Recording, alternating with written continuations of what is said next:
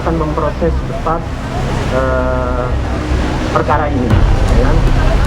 Sehingga nanti saudara Jumadi itu akan dilimpahkan di Kabupaten Sambas. Sekarang kan penahanannya ada di Polda Kalbar. Kemungkinan nanti kita setelah P21 kita akan dilimpahkan ke Kejaksaan Negeri Sambas, dan saudara Jumadi akan dipindahkan ke Kabupaten Sambas. Itu. Nah, terus mungkin dari saudara Jumadi ini, ya kan, kalau ada memang kita membuka ruang untuk melakukan penangguhan penahanan. Jadi emang itu ada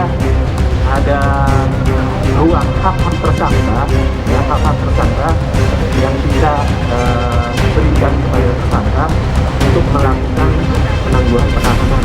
Nanti dari pihak keluarga ataupun dari rekan pengacara atau apa dapat mengajukan surat tersebut. Nanti tinggal pimpinan kami yang akan mempertimbangkan seperti itu. Saya rasa seperti itu. Terima kasih. Assalamualaikum. Ya Pak kata pihak BKSDA memang tupoksinya itu kan melakukan sosialisasi baik, ya, sosialisasi terhadap satwa ataupun terkait konservasi pelindungan satwa liarnya. Kami terkait tenaga kepentingan. Nah, terkait koordinasi, kami sudah sering berkoordinasi baik belum menangkap kalau penegakan kan beda ini, penegakan hukum sama sosialisasi kan bukan sebelum, ya koordinasi kan tidak sebelum pada saat penangkapan kita koordinasi tidak, tapi sebelumnya kita sudah melakukan koordinasi. Sebelum penangkapan? Enggak. Kalau sebelum penangkapan kita tidak melakukan koordinasi, tapi kita sudah menyampaikan setelah melakukan penangkapan kita sampaikan koordinasi ke. Berarti proses penangkapan kawan kami di aturan tidak diwajibkan. Ya, ini dia menangkap dari alam, menggunakan jerat sudah berapa kali. Nah, terus dia juga menjual sudah 3 kali. Dari Jatim sendiri, ya, terkait memang ada yang melanggar Undang-Undang Nomor 5 Tahun 90. Di sini menjadi pertanyaan kembali, pihak saudara kami Jumardi ini tidak tahu menahu akan satwa yang memang itu termasuk satwa yang dilindungi. Itu ada tidak penangguhan hukum atau dispensasi yang diberikan? Ya gini, ya ini kan proses hukum kan masih berjalan. Jadi proses hukum yang berjalan, ini kita bantu proses percepatan dalam sebelum 20 hari berkas perkara sudah kita limpahkan, ini sudah tahap 1. Jadi ini Pak Jumadi belum tentu bersalah Pak. Ya kalau kami ini kan aparat penegak hukum, ini kan membuktikan 2 alat bukti sudah tercukupi memenuhi unsur-unsur yang dimasukkan dalam undang-undang. Nanti di pengadilan hakimlah yang memutuskan Pak pertimbangannya apa saja. Mungkin bisa saja Pak Jumadi ini tidak bersalah. Jadi begitu ya. Jadi ada asas peradukan tidak bersalah. Ya. Ada informasi seperti itu, kita juga berkoordinasi dengan teman-teman dari Polda, termasuk dari Korwas PPNS. Jadi tupoksi kami selaku para penegak hukum di luar yang di bawah juga koordinasi dengan Polda, Polisian, kami selalu berkoordinasi. Ini kita ada kegiatan lagi. Tapi dari pihak Bapak sudah mengetahui artinya orang yang menjadi tulang punggung keluarga. Iya. Sudah tahu itu? Sudah tahu. Kita sekarang jadi setelah proses hukum kami baru mengetahui kan setelah melakukan pemeriksaan. Jadi Pak Jumadi ini tersangka ini punya hak juga Pak melakukan penangguhan penahanan. Nah, nanti kita bisa percetakan proses hukum tetap berjalan. Penangguhan penahanan artinya tidak ditahan, tapi harus ada pengajuan dari pihak keluarga. Itu kemarin pihak keluarga juga pas saat datang, habis kita melakukan sudah kasih tahu, kita sudah kasih proses. Nah, jadi kami melakukan penahanan itu supaya mempermudah Pak. Mempermudah kami melakukan proses penyidikan. Jadi kalau misalnya kami ada pemeriksaan tambahan, kami nggak perlu tambah, jadi cukup di sini, mempermudah kami. Jadi kami sebagai penegak hukum harus menyediakan PH Pak kan. Jadi sudah kami tanyakan kepada PSK-nya bahwa apakah akan didampingi, dia belum bisa dapat didampingi. Dan itu PPNS itu harus tunduk juga dengan KUHAP. Jadi tidak boleh rasa-rasanya ini biarkan aja, nggak boleh gitu. Jadi PPNS itu melakukan penyidikan supaya terang pelanggaran hukumnya seperti apa, dan siapa tersangkanya. Dalam hal ini diatur di KUHP dan di undang-undang yang dikawal oleh PPNS ini, yaitu Undang-Undang Nomor 5 90, di mana di situ PPNS tidak punya kewenangan dalam hal tangkap dengan tahan, sehingga diatur juga di Perkap Nomor 6 tahun 90 hubungan antara PPNS dengan penyidik Polri. Dalam hal ini yang mengawaki di Polda itu adalah seksi Korwas PPNS, sehingga saya selaku kepala seksi melihat permohonan ini bisa ditindaklanjuti. Artinya permohonan dari PPNS untuk ditangkap ternyata harus ada bukti permulaan yang cukup kan. Nah, jadi karena kita nilai ini bisa dilanjuti untuk penangkapan, kemudian kita lakukan penangkapan itu tanggal 11. Kemudian setelah kita serahkan ke PPNS untuk diperiksa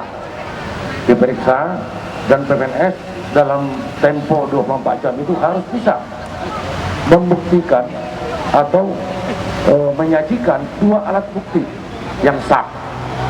Nah itu, jadi itu juga sudah tercukupi, di mana keterangan saksi dan ahli dikaitkan dengan petunjuk terhadap barang bukti yang di-share di medsos. Jadi rekan-rekan sekalian, penegak hukum tetap memberikan kesempatan kepada keluarga tersangka untuk mengajukan hak-haknya, juga diatur di KUHP, itu kan. Jadi hak-hak tersangka itu boleh penangguhan penahanan, kemudian pengalihan jenis penahanan boleh, tapi siapa yang menjamin itu adalah istrinya. Ada istrinya nggak di bawah? Ada.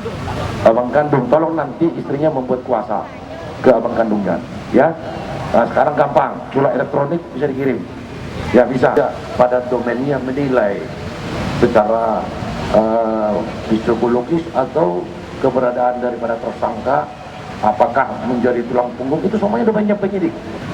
Keyakinan penyidik lah untuk meminta apakah layak atau haruskah ditangkap, haruskah ditahan, itu domainnya penyidik, Pak.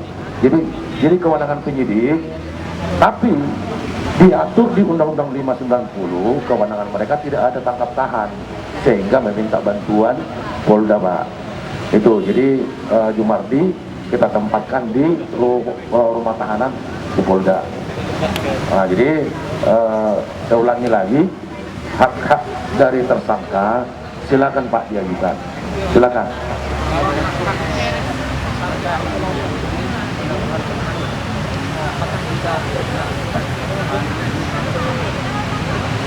Pada kesempatan pertama, yang penting syaratnya tadi udah sampaikan, mau sekarang istrinya kirim, bisa pakai, bisa surat kuasa bermeterai, ya, bermeterai 6.000.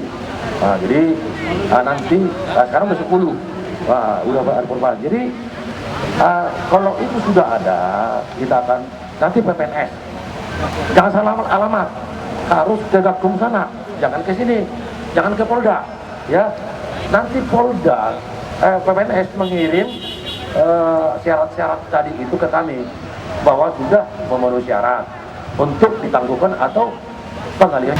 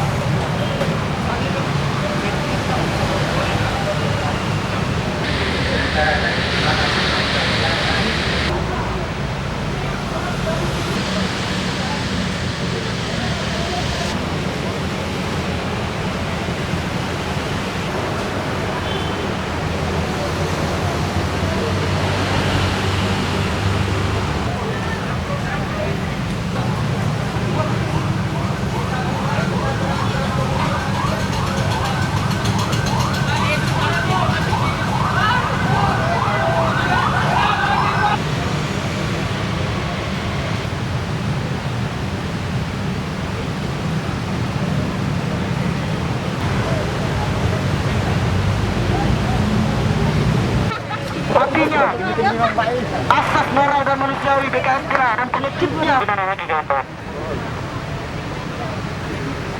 yang dibayar pakai uang negara. Nama saya Amiruddin, saya asal dari Kabupaten Sambas.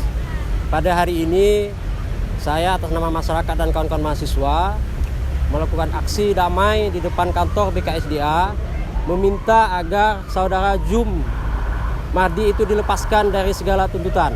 Walaupun kita tahu pada hari ini beliau sudah ditetapkan tersangka dan berkasnya akan dilimpahkan ke pihak pengadilan. Nah, tetapi paling tidak kita menginginkan pada hari ini ada rasa keadilan dan rasa kemanusiaan. Kenapa saya katakan?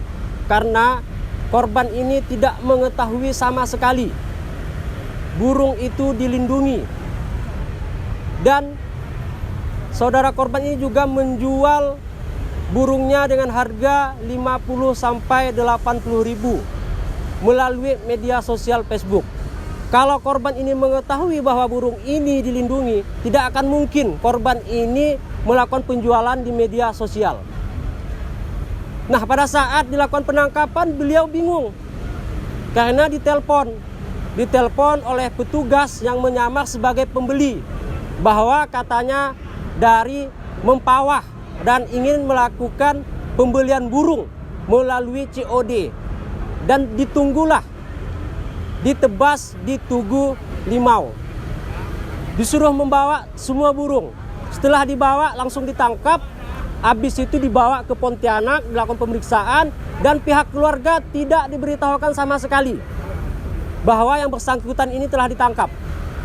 Keesokan harinya 1x24 jam baru pihak keluarga itu diberi kabar melalui byphone bahwa saudara Jum Mahdi ini telah ditangkap karena melakukan penjualan burung yang dilindungi. Hanya sebatas itu. Tidak ada lagi informasi yang disampaikan. Siapa yang menangkap, apa dan sebagainya, enggak. Karena keluarga ini panik, bingung mau mengadu kemana dan sebagainya, karena pendidikan hanya taman SD, orang miskin, ya kan, tidak ada pengalaman dan sebagainya.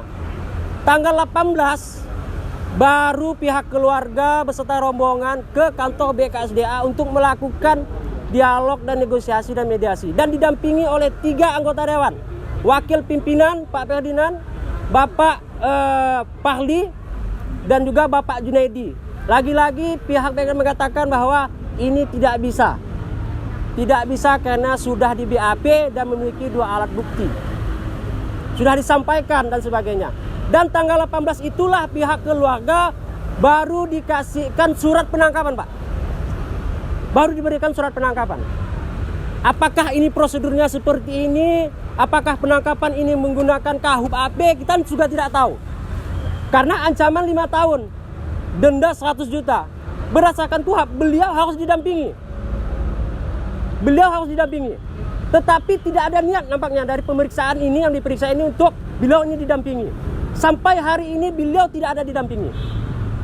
Maka saya katakan ini zalim.